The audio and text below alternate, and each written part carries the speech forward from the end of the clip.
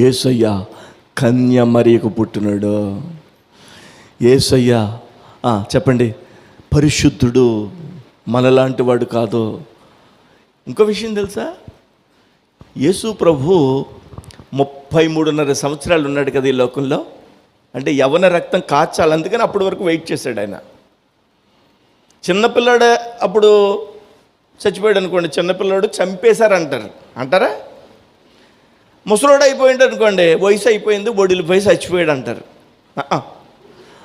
ఆయన యవ్వన వయసులో తనకు తాను ప్రాణం పెట్టాడు.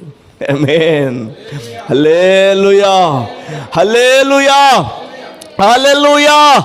3 మేకులు పీక్కోలేక చచ్చిపోయిన వాడు కాదు నేను ప్రకటిస్తున్న యేసు. ఆయన తనకు తాను ప్రాణం పెట్టి మానవుల యొక్క పాపము నుండి